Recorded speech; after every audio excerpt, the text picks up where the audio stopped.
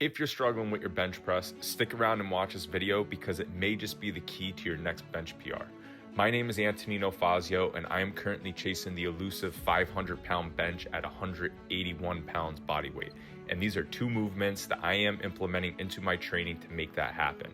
So nothing transfers to bench like dips. Full range of motion, overloading the triceps, and just raw pressing power.